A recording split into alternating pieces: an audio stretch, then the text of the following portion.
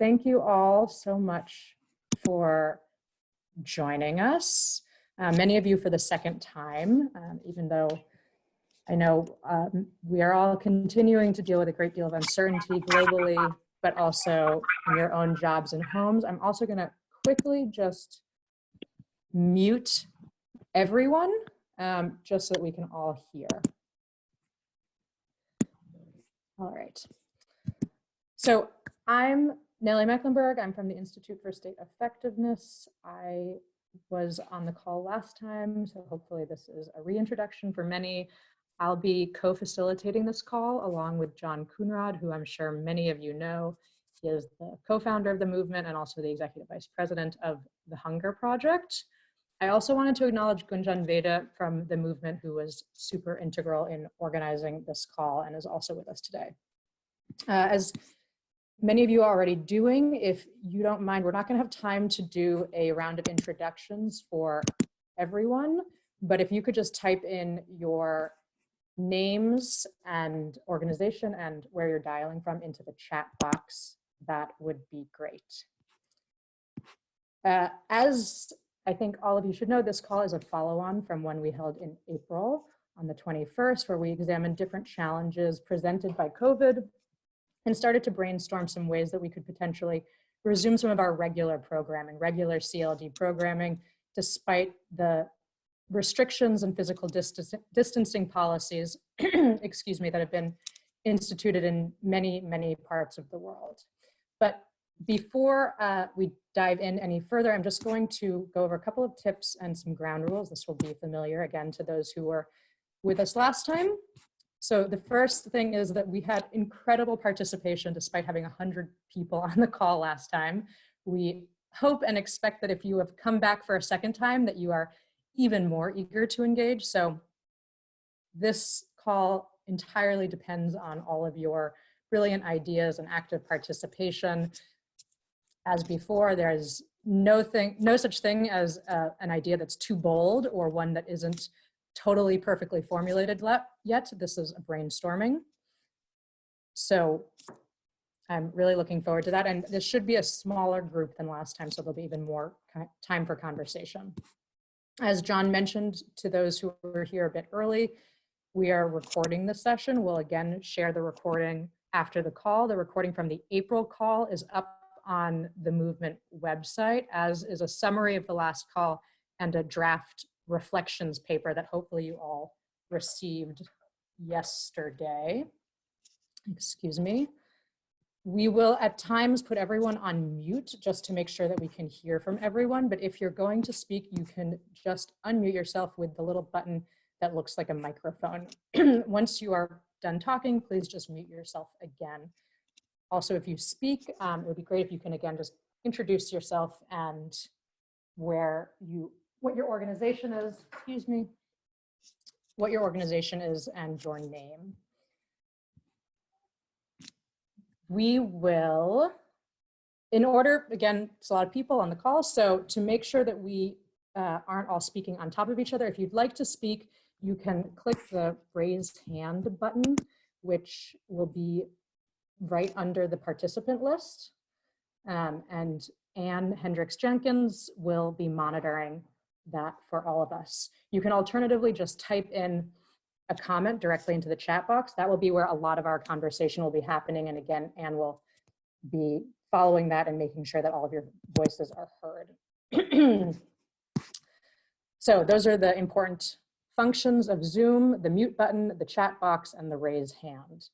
Last time we had this call, we were very fortunate with technology, but I won't hold my breath that we won't have any glitches this time. So please just, have your patience and good humor in case anything arises.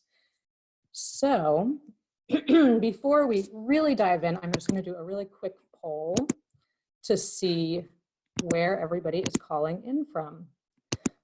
Hopefully you are seeing that on your screens now. If you're not, someone just give me a heads up. I see we have a couple of responses already coming in. I'll just give a couple of seconds for you all to do that. I see we have calls from Asia, Africa, North America, South Africa, So far, nobody from Europe, and not surprisingly, nobody from Australia, because it's the middle of the night there. Okay, so while that keeps going, I'll just introduce the purpose of today's call. So we're building on the conversation from April, and we're exploring how we can or should be adapting some of our regular CLD programming, particularly on facilitation, communication, training, community meetings. How can we adapt those kinds of processes so that we can keep up CLD programming, which is so important during this time, despite physical distancing, but despite lockdowns and shutdowns. We wanted to note that we say physical distancing, not social distancing, because as it was raised on the last call, in this time we actually need social solidarity a lot. So we don't want to be socially distant, just physically distant. Today, we're going to continue to brainstorm ideas from the last call. We're going to continue to think about adaptations that we have been using, but we're also going to think about how to prepare for the next 6 to 10 weeks, as in some places restrictions are easing. Just going to mute everyone one more time, excuse me. And then we're also going to think ahead into the future and the longer term, and what kinds of adaptations perhaps we should be thinking about generally for our programming in light of the experiences that we've been having. Today's call is an hour and a half. John, you can actually go to the next slide if you don't mind. We're going to very quickly hear some takeaways from April 21st. Then we're going to look at where we are now. We're going to have some polls and a brief conversation. We'll move right from there into breakout groups, which we had in the previous call and we'll come back to. Then we will reconvene. We'll hear a little report out from the different groups and have a discussion about the longer term adaptations. We'll start to discuss that. And then we'll close with next steps. So a very full agenda. Hopefully I'm staying on time. As we start, I wanted to ask Diana from the Hunger Project Mexico to quickly share with us some of the key takeaways from the call in April.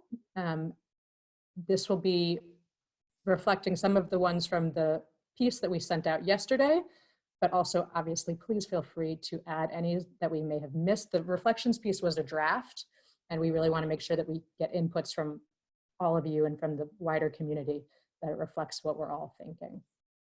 As Diana speaks, if you have any other takeaways from the call that you want to mention, please type them in the chat box and Anne will keep track of that. So Diana, over to you. It'll just be a few minutes, and apologies in advance if we cut you off. Okay, don't worry. Thank you. Thank you, Nelly. So as you know, I want to be very quickly on this. So on April 21, we have this phone call, and the summary of this brainstorm, since some of you might not be in there. So we have these 4 main challenges, 4 key barriers, and also brainstorm their main challenges at that moment. We have 4 questions for discussing during breakout groups, and I want to just talk about the summary of the brainstorm and the breakout groups. So the first barrier was access. So a very relevant challenge was the need to reach people with short or not access at all to internet or phone connectivity. And there were mentions of the inability to travel also. So in the breakout group, they came up with the relevance of neighborhoods connected to local governments. And we can use existing structures like community broadcast that now include Covid-19 information, for example. And also it was mentioned that we stand for social solidarity in the face of social distancing. So I think that's something that we really need to have focus on. The second barrier was convening. So since the physical distance measures, we're facing challenges for maintaining face-to-face work and with the consequences in plans and projects. So for this one concern, of that is that people might not be too serious about COVID-19. And at the same time, there are experiences of new ways of engaging people and taking into account the build of a new normal, new ways of working with communities and to convene. And it is also a time for scaling up the recognition that local communities have the answer and solutions to their main challenges. The third barrier was procurement, and service delivery. So in this topic, the idea were around supply chain disruptions, shortages, closure of schools, government infrastructure, offices, and the concern is the lack of clarity of what is considered as essential services. And this is giving us also some questions around contractual obligations, payment, and project grants, or supplies for community members, local staff, and teams. The fourth barrier is time or shifting priorities. And this is something really worried for us because the conversation identified the need to reprioritize responsibilities as a result of the pandemic. So the conversations of funders, investors, governments are focusing on COVID-19 response, and it's understandable, but we're losing spaces for women's voice and representation due to caregiving responsibilities. So we need to focus on this because the crisis is making more visible the inequalities around women, their lives, and the ways we participate and make decisions. There are particular documents of this group, so if you haven't had the opportunity to read them, you can go further in this. I just wanted to highlight some points. And I also wanted to have some takeaways on the Nelly and the Gonjan and Nelly document that I also hope you have the chance to read. So in this part, I would like to highlight some ideas because we were unprepared. Even though we said it's going to be a crisis because of climate change or any other, we were not prepared enough. And we have to plan out our work and alliances based on this. This is a finding and a challenge. Communities know best. The second highlight is that communities know best how to adapt programming to continue fulfilling their needs. And this is exactly how Gunjan and Nelly write it down. And this shows that the solutions must be the core of those emerging trends. And this highlights and emphasize that each answer must be differentiated, acknowledging its particularities. The third one is this time needs to be based on collaborations among CLD organizations. We need to strengthen communications and reboost the collaboration during this period for a joint response and for creating a community of support. The emerging challenges are going to require this from us as organizations. So the last one is the joint collaboration gives us the possibility for learning and using experiences from previous crisis times. So we have two amazing and very provocative questions in this paper, and I think we're going further on them later on. So how can CLD better integrate crisis response into regular programming? And the second one is, what does this experience tell us about how to make our work more community-led? So with this, I want to have finally and very quickly, so because I wanted to share with you that in Mexico, we're moving around how to use this moment for changing the context towards good governance. And we're working to change narratives towards post-pandemic view. So when I was reading this paper, it's pretty clear that we have a focus on community responses since we know they have the answers and solutions. And this is really a time for proving and improving self-reliance in communities, because we need to strengthen capacities for example, monitoring and evaluation, for example, and design, but we need to also design and implement systems with them. And this is a huge opportunity for gathering data, reconsidering evidence-based policy. And this data needs to fit the community, not only nonprofits or investors. Yeah. We also must, jump in, Diana. I'm so sorry, but don't worry. I think that was a great segue into the conversation, and I very much hope that we continue discussing exactly those points going on. So it's a pause, not a cutting off. So we are actually going to do a couple of quick polls right now. Also, if anybody else has other takeaways from the April 21st call, again, please post them in the chat box and we'll make sure that they're recorded and integrated into that reflections piece. So I'm going to post these polls now. There are 4 questions and they will help us get a better sense of where our programming stands now, some 6, 8, in some places 10 or more weeks into this crisis. So here we go. Hopefully you can all see those. can give just a few minutes for everybody to answer these. Can people see them? I hope so. If you can't see them, I haven't seen any responses come in yet. Please just type into the chat box so I know to change it. Questions are, what have your community groups or leaders or representatives been doing over the past month? Have they had to pause practices? Have they had to shift all of their work towards COVID response? Have they been doing that on their own or with government? The second question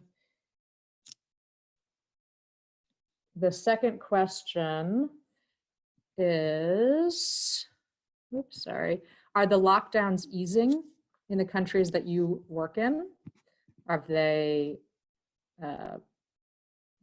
halted? Are they becoming less? Are they not? I know some of you work in multiple countries. If the lockdowns are easing where you work, what is the status of your regular programming? Did you halt it or did you not? Are you able to start resuming your programming?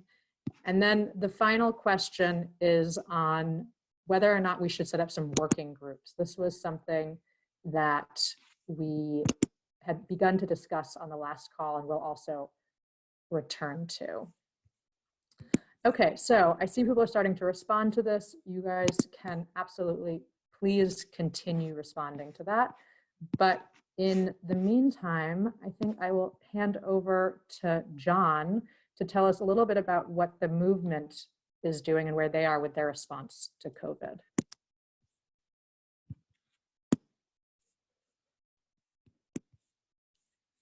John? Okay, yes. There we go. So, great. So some people are able to continue and so have come up with some really great innovations. So I'd like to hear from some of our the country chapters that have been able to carry on.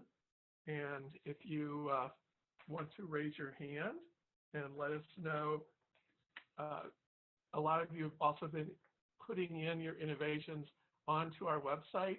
Remember, right on our homepage of our website is a form that you can click on and fill in and enter your innovations. So let me just first see if someone wants to raise their hand, and Anne is watching them so we can unmute you and hear from you about innovations that you're doing.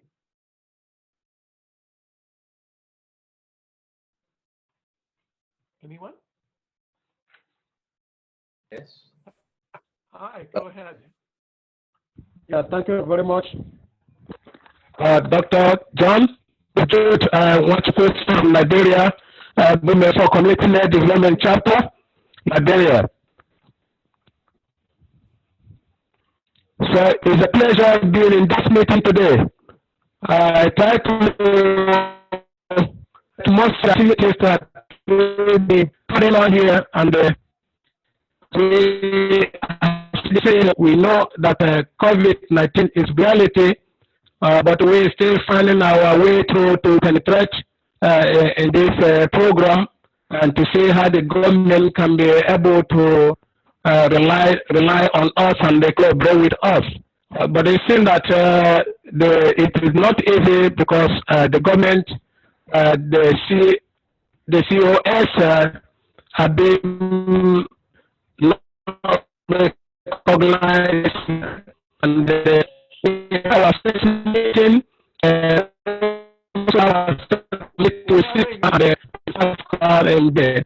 Unfortunately, Yeah, we're having. Can you hear me?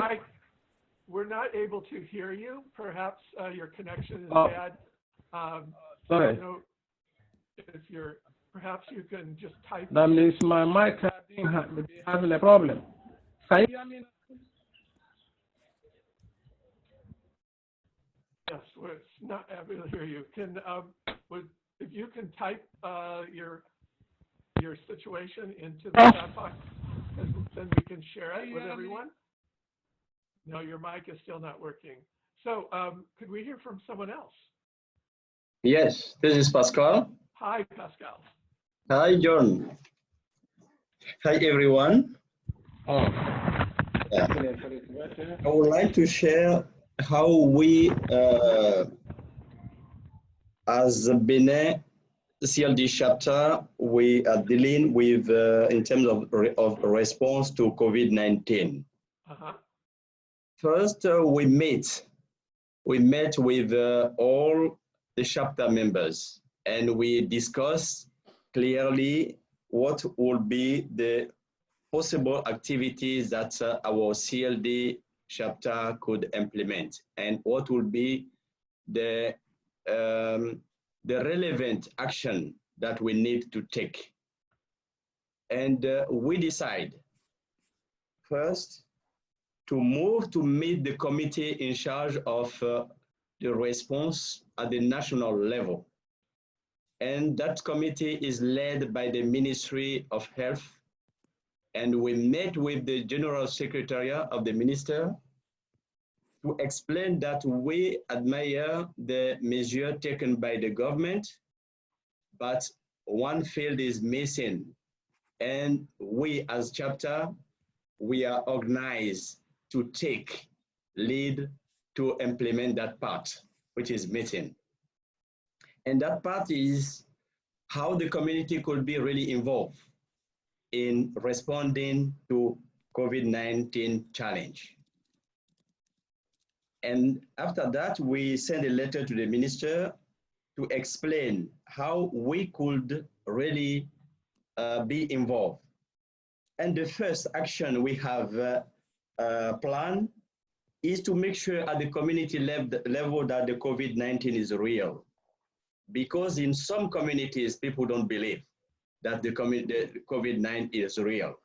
Because we don't have such disaster in communities, particularly in rural level, who can show at the community level what is COVID-19 in reality.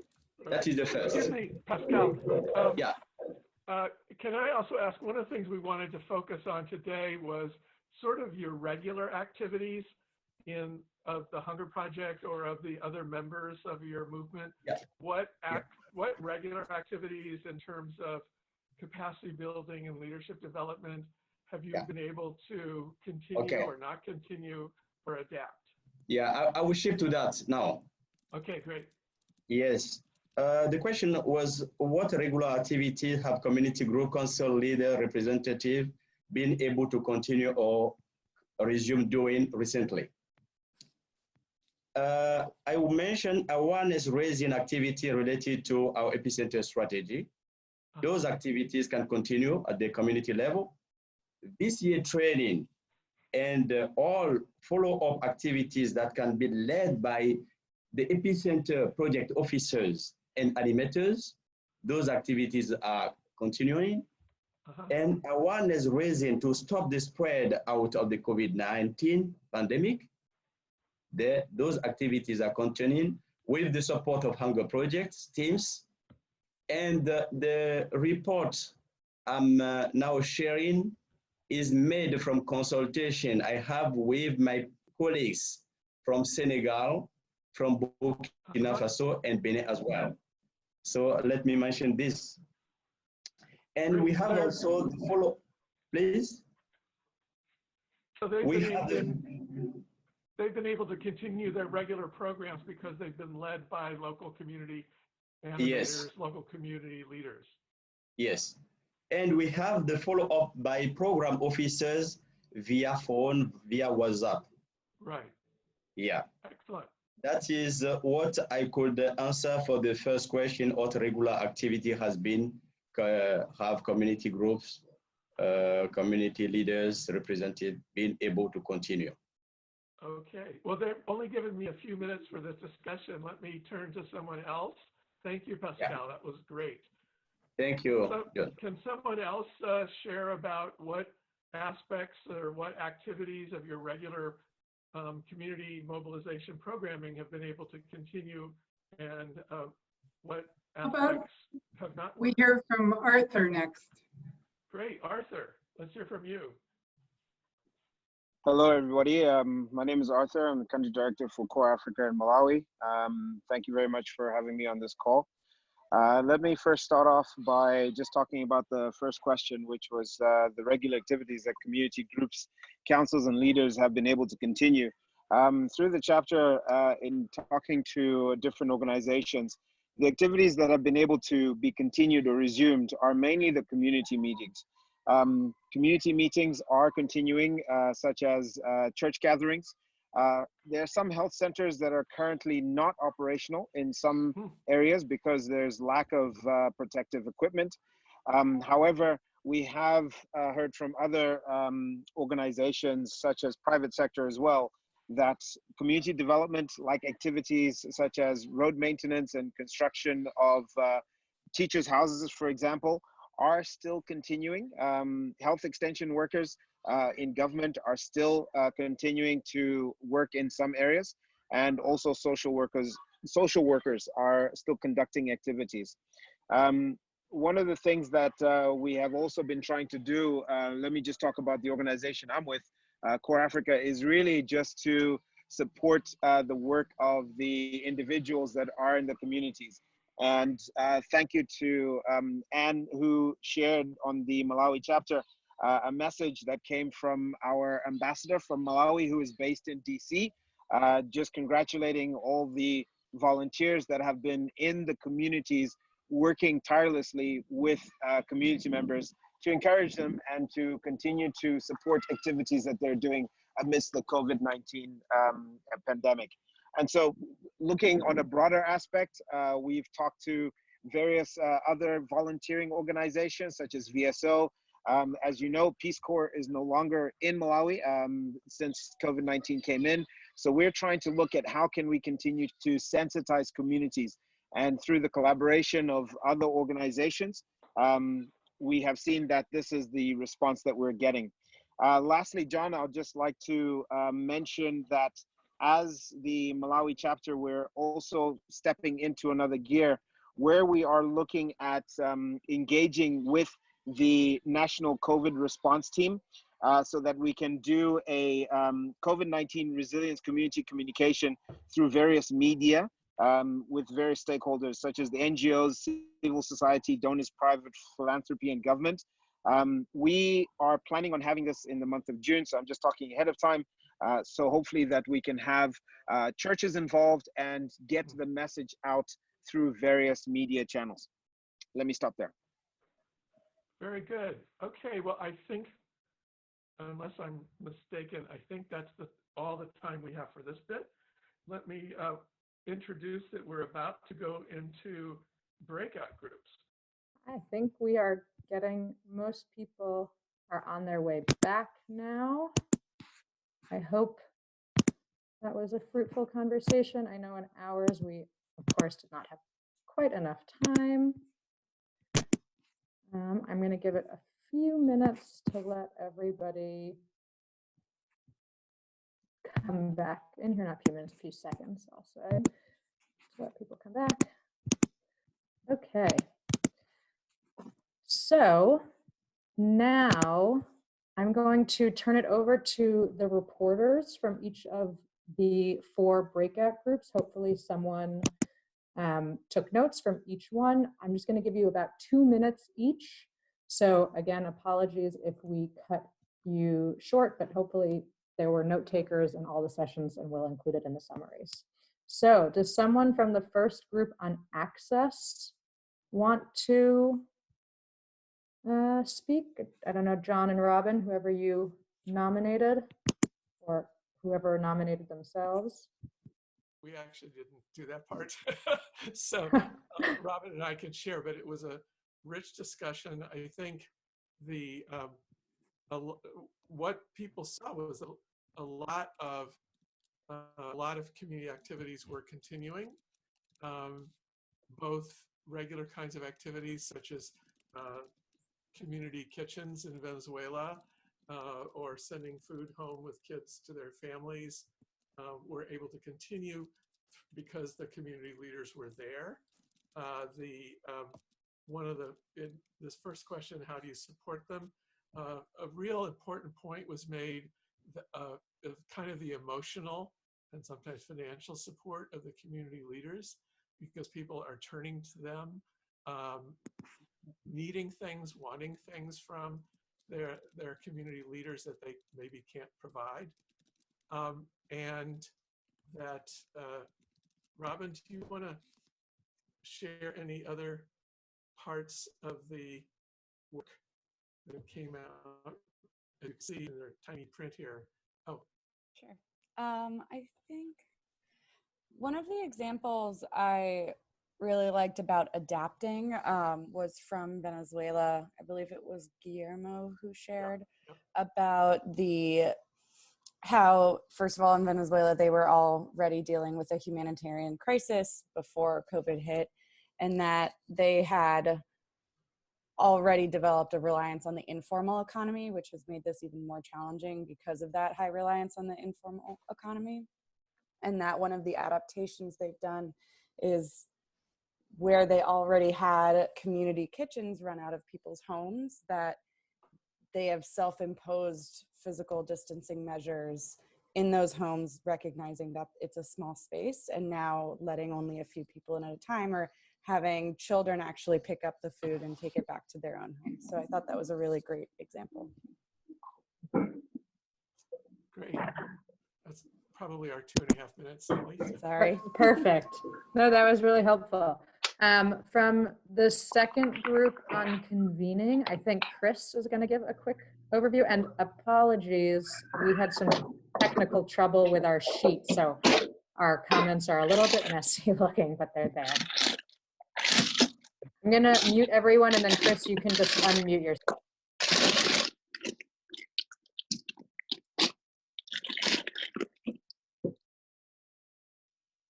Hi, everyone. I think like two big themes emerged from our group on convening. The first one was that there's a lot of work still to be done on actually just getting the word out on the pandemic coronavirus and what's actually going on, especially in rural areas. There's a lot of talk from our group in programming in Nigeria, where people really aren't seeing the actual effects of the coronavirus because it hasn't impacted their community in rural areas, and they only see that things are closed and they're wanting to get back to normal. And we know that that's not the best direction to go. And so a lot of the CDD and CLD programming in those areas is still focused on getting the word out and also providing like direct like health relief, like masks, sanitizers, hand washing stations. There's also examples in our group from Mexico where CLD and CDD programming is actually making sure that the government relief supplies and benefits are actually being delivered to communities, especially those communities that are harder to reach. The second theme on convening was modifying CLD and CDD programming, especially through empowering community members through cell phones, make sure they're checking in on each other, but also prioritizing different programming, especially those like based around health and gender-based violence, where there really still is a need to do some kind of programming, even though people can't convene. Thank you, Chris. Now over to the third group on procurement and service delivery, just 2 minutes. So I don't believe we also found someone to report. So I will quickly, we heard some of the same issues in northern Nigeria, specifically around, or actually across Nigeria, around gaps in information. So we were looking at procurement and service delivery, but we also heard about information flows, still needing to move forward with more information about the virus to overcome some of the ideas that people have, so that they will take it more seriously. We heard a lot about borders and truckers and people not being able to move freely, which will then impede the flow of goods into countries. On the other hand, we heard a lot of really good adaptations about people making sure that government resources that are allocated are reaching the people at the local level, holding local authorities accountable, and then having Zoom meetings, having some meetings in person, but with appropriate physical distancing, and also being alert to the fact that FGM and other forms of violence are increasing if shelters need to close down, and mapping and doing research on the needs of people, and doing that rapid research and holding and then using the results to implement programming. And I think, yeah, so we heard a little bit about also some schools reopening partially, and efforts that are being made in Kenya where the government has imposed a very serious lockdown, and really just following the lead of the government and working closely with local and national authorities. So I'll stop there. Thank you. And then very quickly from the fourth group on shifting time and shifting priorities. This is Anne, nominated by my group because no one else wanted to do it, so that's totally understandable. Shifting priorities. So there's obviously projects that are underway and programs that are underway, and the number one problem is lockdown. Conditions vary a lot across countries, so the places where the lockdown is happening, the main issues are food and livelihoods, and with food, the issues are hunger and also nutrition, and then also trying to look ahead with regards to keeping people's immune system strong should COVID hit their countries. Another way of breaking it down was in health, non-health, and other. So the health, obviously, COVID hasn't hit hard in many of these places, but there is a mental health issue and there's violence. And then from the non-health, it's mostly the food security and the livelihoods. And then the other is things that are going on like a flood in DRC with a lot of displaced people and crops ruined. So the regular work that we're doing and issues that will come up. Looking ahead to the future, it's just unclear what's going to happen. And so one of the biggest sort of things happening now is this idea about trying to figure out about communication methods, including where there is no internet, using the phone, the possibility of small group meetings when that's okay and according to protocols, getting the data from the communities, and then also getting information to the communities. So it does, much of the disruption really just has to do with the conditions of lockdown mostly at this point. Yeah, great, thank you. Okay, we are a little bit short on time as anything. So I wanted to quickly, Diana mentioned this at the beginning about the draft reflections paper that we shared yesterday. Again, it's a draft and very much hope you'll all submit some other takeaways or feedback on it so it can reflect all of our reflections. In it, as she mentioned, there were two initial thoughts on how COVID could be an opportunity. It's obviously a very hard challenge, but also perhaps an opportunity for some collective introspection on how to generally make CLD programming more resilient and stronger and better prepared for either the next wave of COVID, as we know it could be with us for a long time, or another kind of crisis that also requires social distancing or government shutdowns or similar kinds of barriers. So we're going to put up on the screen, John, if you don't mind, a couple of questions for us to have a quick discussion about. And again, please, everybody, put in your responses into the chat box and raise your hand. The more, the better. But they all are around these sort of two themes that Diana mentioned. The first is, should we be integrating crisis preparation into our regular CLD programming moving forward? That means, should it be part of our trainings? Should it be part of community planning? Should it be part of resource allocation? The things that we would do if there weren't a global crisis.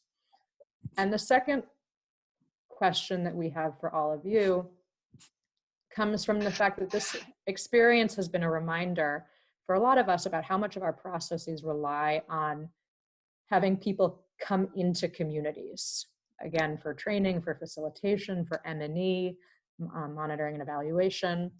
So should we be learning anything about how we can transfer those kinds of roles and those kinds of functions to communities better and ultimately make our own processes more community-led?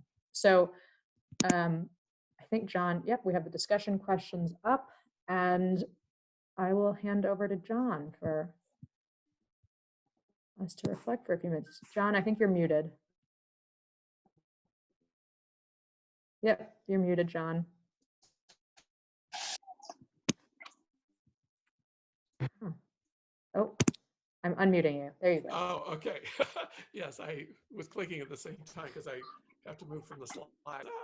Okay, so yeah, I think this, these questions of how we can build back better, how can we integrate this kind of planning. I got word last night from our colleagues, for example, in Bangladesh and India, that the largest ever recorded cyclone is hitting them today, both in Orissa and West Bengal. And so, disasters triggered by climate, triggered by disease, that kind of thing is going to be always part of life. And so we wanted to really, since we're in this crisis, we can learn from it and plan in it. So who would like to either in the chat window or raise your hand and make a contribution to this larger discussion? Did you want to, I hear someone speaking. Did you want to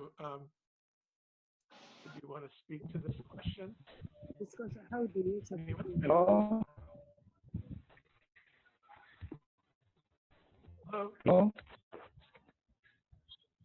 Yeah, can you hear me now? Yep. This is Jude from Liberia.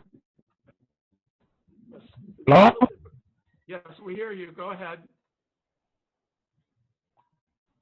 So I want to answer some of the questions posted here. Yes. So right presently, we have been doing what we call community awareness here in Liberia, and especially in our community, we're trying to encourage and educate people to keep on the social distance, which are very, very important. And we are trying to map out the 17 districts here in Liberia, try to train community leaders, district leaders, and volunteer support and responding and staff to be able to teach and educate our people more about this pandemic diseases, even now and the one that will arise in the near future. So these are most of the things we have been doing. But right now, our government are not supporting the CSOs. Everything we're doing it voluntarily because we love our community and then we love our people. So right now we're still working towards that, and we are hoping to commence the training, the H2P training to our people, so that everybody will be aware of what to do in terms of epidemic crisis like this. So I'm very much happy to be attending this meeting and be part of this meeting, be part of the MCLD globally. Thank you very much. Yeah, thanks. And it's great to have Liberia with us today. Anyone else looking to the future and the necessity to really build this kind of planning and resilience capacity into every community? What are people thinking? What are people seeing? somebody has written into the chat box, business re-engineering is more based on digitalization, mobile money, etc., agricultural value chains, and adopting community-managed disaster risk reduction, which was used for the common, oops, now it floated by. But anyway, integrated disaster risk reduction into regular programming. And then there's a note from, we must observe and be very careful not to break dynamic evident local leadership in action. Oops. John, can you speak a little closer to the mic? Sorry. It's right in my mouth. Are you hearing it? Or if not, you can read from the, you can take over and read from the chat window. I think we hear you better now. Or Oh, Anne okay. can. Okay, Can you hear me okay? yes. Okay, so Deanna points out that we have to be careful not to break the dynamics that evidence local leadership in action. The solutions must emerge from communities and accompanied by CBOs leading towards the solution. Our awareness must be alert now that we know our role is to accompany and catalyze solutions. So obviously we're proponents of community-led development, but now it's way harder than ever to be in touch and to even physically be with them. So how can we adapt and accommodate? We heard from Spark Uganda that they have some new sort of ways of communicating that they're putting into place so that they're getting data, collecting data, and hearing from the communities. I wonder if, let's see, Anne Wahinya. Oh, it's always nice to see your name. Would you like to, I will unmute you. I have the power. Go ahead, Anne. Let's hear from you. Yes. Yeah, I think it's very, very important that moving forward in our programming, we do prepare communities. We do need to think of community resilience, how to respond to emergencies, because it has literally, for example, back here, even local organizations and even INGOs, it has taken quite some time for them to start, knowing how to respond. No one had put aside any monies for this kind of crisis. The only emergency kitty, for example, we have back here is usually for drought. Usually, when there's drought, then there's some food emergency funds that are in place, or when we have floods. So this was very unprecedented. It took even quite some time for the chapter members, because the first thing organizations did is, people were sent home to work from home. So most people have lost some of them have lost their jobs. And the communities, even they were disrupted, even the way they look for their sources of income. People who travel, for example, if you live in Nairobi, work in another place, it's very difficult because we have these situations. But then, so moving forward, we have to see how do communities prepare for other crises like this. But right now, even for us, we've had, even the government response is a bit wanting, because the other day we had the government sort of like demolish houses at night for some of the people, and it's during this in the middle of an epidemic. So it's the situation is quite worrying. So even when we usually meet and trying to figure out how do you prepare communities, I think we really need moving forward to make sure that this is always in our conversations, in our discussions, so that it's also community-led and owned, and the discussions start from the ground. By the time we are coming to respond to it, right now the responses are reactionary. It is, like now it's supporting people to make masks, distribute them, food, but it's more of a reaction. So it has taken time, for us to tell communities, now it's time, we need to take charge of this situation. Yeah. Very Thank you, Anne. And I do see your comments are reinforced by other comments in the chat box. I'll really encourage everyone to look at those comments because they're really important. And maybe one of the most important themes is we don't know what's going to happen in the future. So communities need to be prepared. And what does it mean to be prepared with this kind of new level of awareness? There's issues of savings, there's issues of food, there's issues of ability to share correct information at the local level from trusted sources, avoiding the fake news, trying to figure out how to sort of collaborate and work with the government, but also take independent action. And then there is a note from Pat from Ohio. You know, the US has been so hard hit, and hopefully other countries will not be so hard hit, but if it hits hard, anywhere else, you're going to wish you'd been better prepared, and communities will wish they'd been better prepared because it is really, really serious. So, you know, if we just think about general community preparedness with all kinds of disasters, it doesn't have to be only about COVID. Sort of how can you go wrong in the face of this reality? I wonder if there's there's some other hands raised. And Nellie, do we have time to hear from someone else or? Yeah, I saw Guillermo put a comment in there, and Paul. I think it'd be great to quickly hear from them. Okay, yes. So we have Guillermo's comments. We should pin down possible strategies for the possibility of future crises. Health prevention and climate change should definitely be on the table. Nevertheless, it should be a process of plural discussion and dialogue, echoing Anne's comment.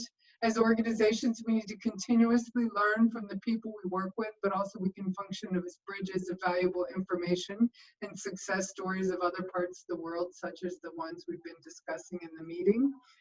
We also heard from Yosin Maton from Plateau State, Nigeria, and moving forward also says we need to adopt disaster management into regular programming. COVID-19 might not be the last global crisis.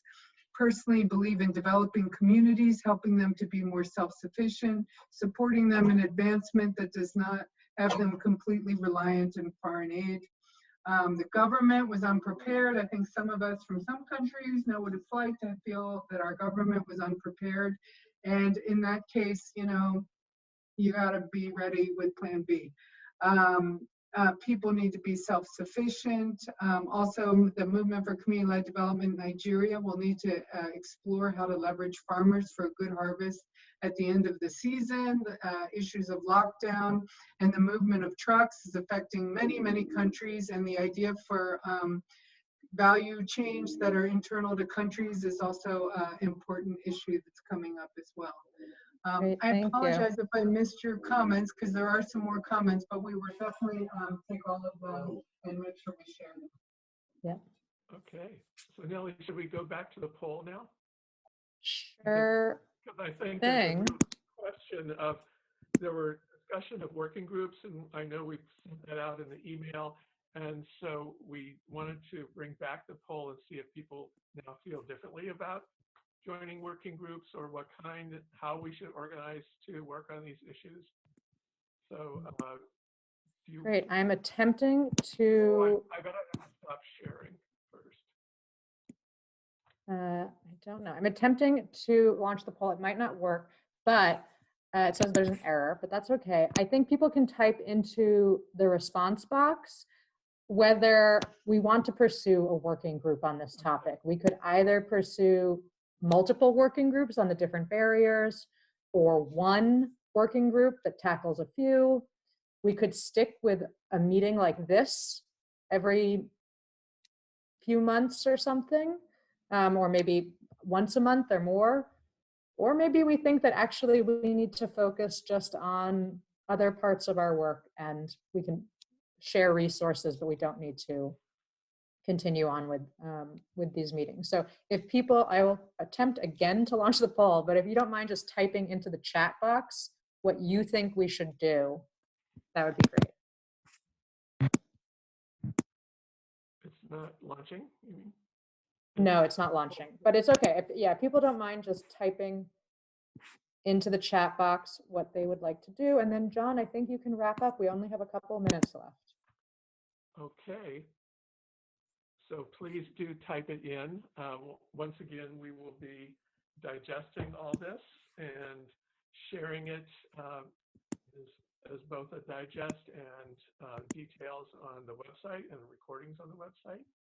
And I really want to thank everybody for being here. We had 50 people on the line, plus I think in a few places there were multiple people on one line. So I really appreciate, and it was really moving to hear the kinds of committed support that all of you are providing to communities.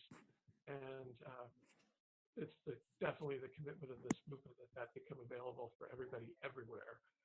So our advocacy and sharing what we've learned is going to be very important in catalyzing that big shift around the world.